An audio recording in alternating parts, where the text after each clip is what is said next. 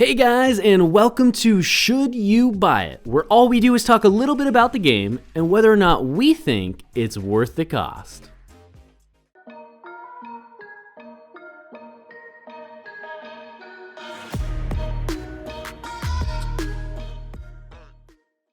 In this episode, we'll be playing Minecraft Dungeons, the dungeon crawler game based in a Minecraft universe where you and up to 3 friends can fight against the Arch-Illager's army of creepers, zombies, and other evil monsters. Now the first question that we always cover in these videos is what stage of development is the game in? And in this case, Minecraft Dungeons is in full release and available on PC and almost every console for $20. So what exactly is Minecraft Dungeons? Well, Minecraft Dungeons is a dungeon crawler, and the main twist that it offers is that it's based in a Minecraft universe and made entirely out of blocks found in Minecraft. You see, Minecraft Dungeons is a game that tries to take the dungeon crawler genre and add a few twists, while also simplifying the gameplay enough for just about anyone to be able to enjoy it themselves. The most important aspect of the game is its combat systems though, so let's start by talking about that. Minecraft Dungeons' combat system draws from the success of many other games, such as Diablo 3 or Path of Exiles, but it tries to simplify it for a broader audience. Instead of choosing a class when you first make your character, for an example, they opt for a gear-dependent system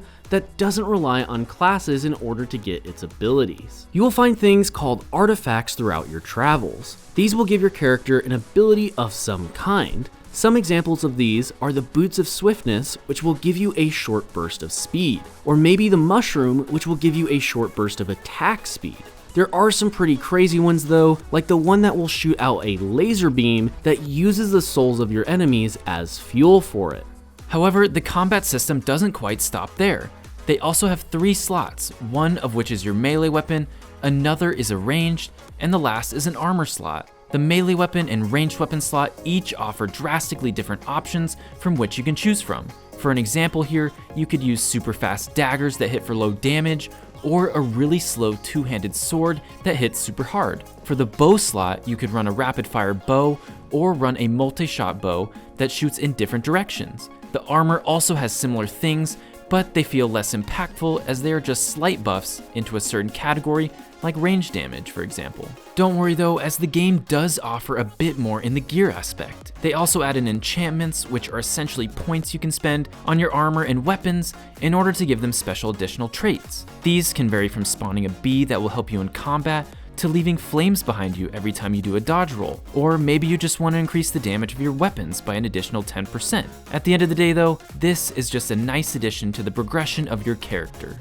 Now, as far as the story is concerned, there really just isn't much to talk about. It was very simplistic in its plot, with bad guy be bad, so maybe we should stop him? And that's basically all it boils down to. We think this is one of the most lacking areas of the game, but I could see some of the younger audience possibly really enjoying it. When it comes to difficulty, they opted to take a Diablo 3 original approach, where when you beat the entire storyline, you can redo the story to unlock the next stage of difficulty.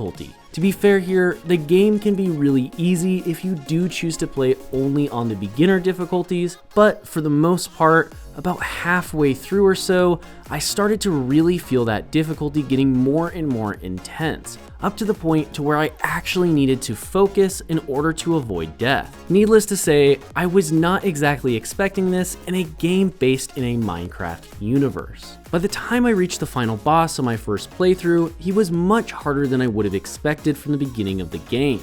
There were actual mechanics you had to do or you would most certainly die, which was really refreshing to see, since up until the last couple of missions, we found the game just to be a bit lacking on the difficulty side of things. The game's controls felt rather smooth, but I will say that we played this game on PC, and I know many of you watching this video may not use a mouse and keyboard yourselves. We did mess with it on controller, but at the end of the day, it didn't seem too much different from a mouse and keyboard as far as difficulty and fluidity of controls go. So now let's move into the pros and cons section of the video. First, for the pros, we have that the combat in the game feels fluid, and the sound effects make all your attacks feel very powerful and satisfying to use. Next, the difficulty of the game had a nice variation that could satisfy just about anyone, from filthy casuals to the most hardcore gamers.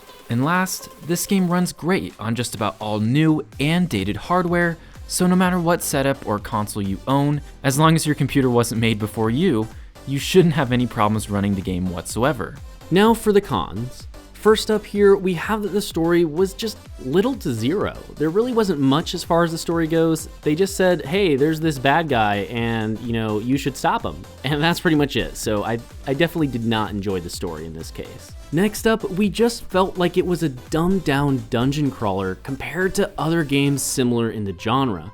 A great example of this would be Diablo 3 or Path of Exiles with all of its depth, and in Minecraft Dungeons, there's really just not much depth to be had here other than items give you power, and that's about all it does.